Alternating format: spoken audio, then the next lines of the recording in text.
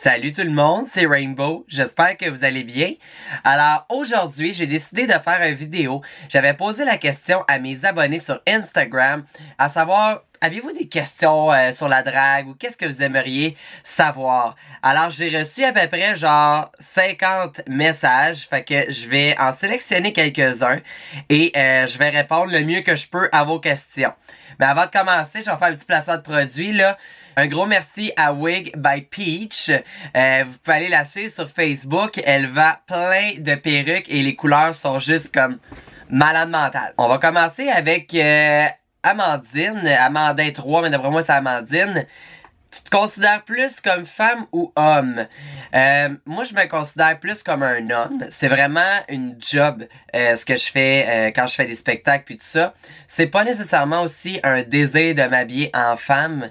Quand j'étais jeune, j'ai fait beaucoup de théâtre, tout ça, puis je trouvais ça le fun quand je suis arrivé à Montréal de pouvoir faire du spectacle rapidement et pouvoir créer un personnage. Et j'ai créé cette magnifique créature, une belle perruche ambulante.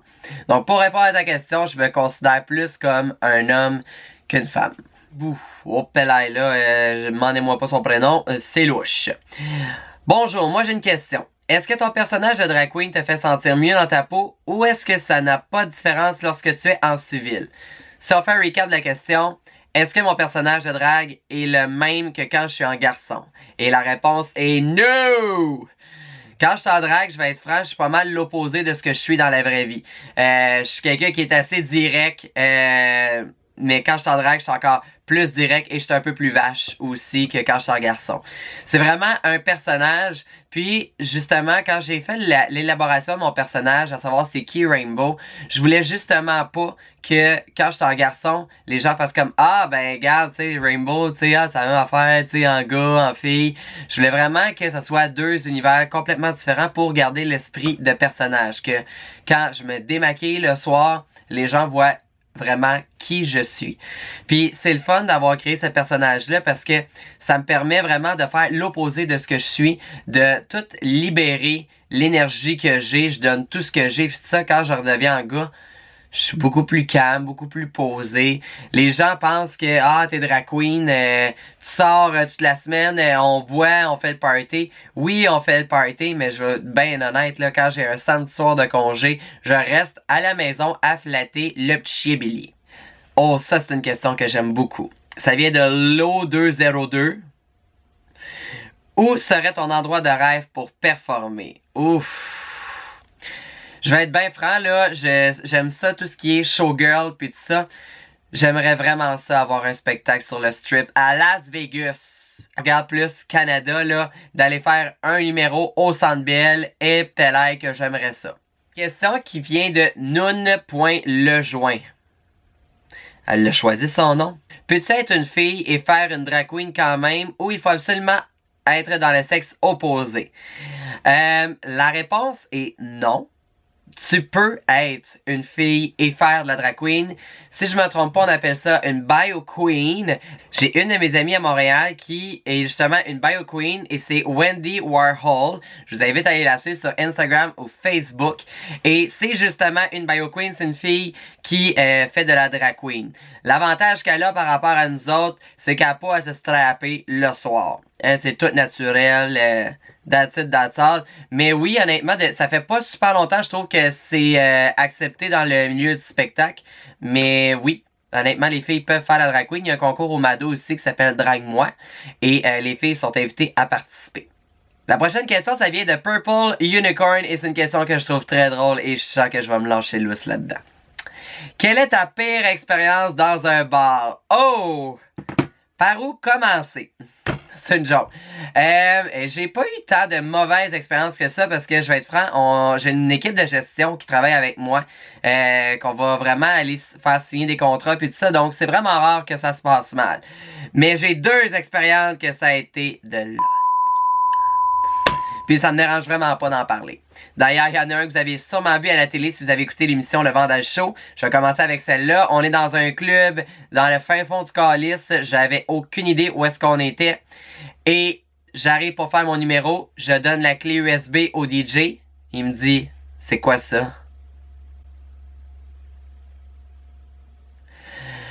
Le DJ ne savait pas comment faire fonctionner une clé USB. Le DJ fonctionnait seulement à vinyle et à disque. Là, j'arrive, je suis comme, ok, mais là, je ferais pas une toune de Michel Richard sur un vinyle, là. Fait que finalement, ben, il m'a dit, ah, je vais trouver une façon, va te présenter, puis si je vais la faire partir, ça sera pas long. Ça a pris 15 fucking minutes et ça a jamais fonctionné. Fait que j'ai eu vraiment l'air d'une conne sur la scène. Essayer de dire ah ça sera pas long, on va l'avoir un moment donné. Finalement ça n'a jamais fonctionné. J'étais dans un état de tabarnak, mesdames et messieurs. Je suis désolé, je vais sacrer, oui, mais j'étais vraiment pas content ce soir-là. Les expériences que j'ai eues qui s'est vraiment mal passé. Je faisais des spectacles dans un certain cabaret qui s'appelle le Cléopâtre. Et dans le temps, il y avait des spectacles de drag queen. Là, on recule là 6 ans. Là, ça fait vraiment longtemps. Et un soir, j'étais engagée parce que j'étais nouvelle, puis tout ça. J'avais jamais travaillé là-bas. Et il y avait personne. J'ai fait mon spectacle devant un miroir et le barman qui tapait des mains. Sauf qu'il n'y avait pas un chat dans la salle. Peux-tu vous dire qu'une toune de 4 minutes, là, à te regarder devant le miroir, là, j'aurais resté à la maison pour la faire? Whatever. Ok, ça vient de Green Music. Qu'est-ce que t'aimes le plus dans ton métier? Ce que j'aime le plus dans mon métier, honnêtement, c'est la transformation. J'aime voir l'évolution de make-up, le cheveu une fois tout habillé. Puis j'aime ça voir faire la comparaison en gars et en femme après.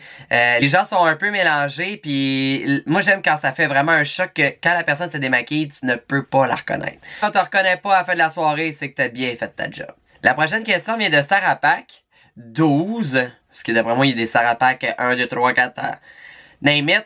Et elle veut savoir comment tu te sens quand quelqu'un te demande de prendre une photo avec toi. La réponse est simple. For sure! Et ça me fait tellement plaisir. Si vous avez aimé ce que j'ai fait, que vous avez trippé sur le spectacle, que vous voulez revenir, puis tout ça, puis que vous voulez une photo, honnêtement, ça va me faire vraiment plaisir d'aller vous voir, puis de faire une photo avec vous. Tu sais, j'aime ça, que les gens aient trippé, puis tout ça, puis pour moi, c'est une belle paye, honnêtement, de savoir que les gens, tu sais, ils ont tellement trippé qu'ils veulent une photo avec toi.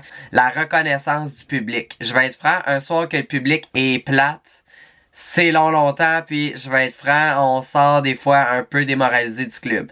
Mais un soir que les gens ont trippé, qui ont pris des photos avec nous, qui sont venus nous serrer la main, puis tout ça, honnêtement, vous savez même pas à quel point ça me fait plaisir, puis je suis content de rester après avec vous pour jaser ou quoi que ce soit. La dernière question vient de Madame Shelley, et elle veut savoir où j'ai trouvé mon Old Rainbow. Alors, je vais vous dire la version un peu plus directe. C'était un certain soir dans un bar et j'avais mentionné l'intérêt que je voulais commencer à faire des spectacles. Fait qu'on en parlait, tout ça, mais nous autres, on continue de boire.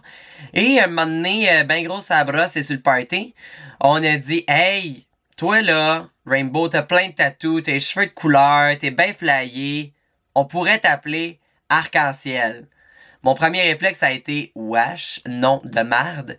Mais par la suite, j'ai pensé, je dis pourquoi pas le mettre en anglais Rainbow? Puis honnêtement, je pense que je ne regrette pas d'avoir choisi ce nom-là parce que je suis un fan de licorne, je suis un fan de couleurs, j'aime tout ce qui est irréel et j'adore tout ce qui est funky, flyé, trash.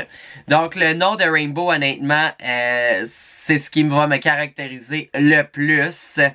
C'est tout pour la vidéo. J'espère que vous avez aimé ça et que ça a répondu à vos questions. Je pense que je vais en refaire un deuxième. À un moment donné, je vais faire un petit post Instagram. D'ailleurs, allez me suivre sur Instagram si c'est pas déjà fait. Rainbow.drag ou sur Facebook Rainbow Drag. Si jamais vous avez aussi aimé la vidéo, n'hésitez pas à vous abonner à ma page YouTube et de partager la vidéo sur Facebook, Instagram, à vos grands-mères dans les parties de Noël si vous savez plus quoi dire. Et on se retrouve prochainement dans une prochaine vidéo. Je vous aime.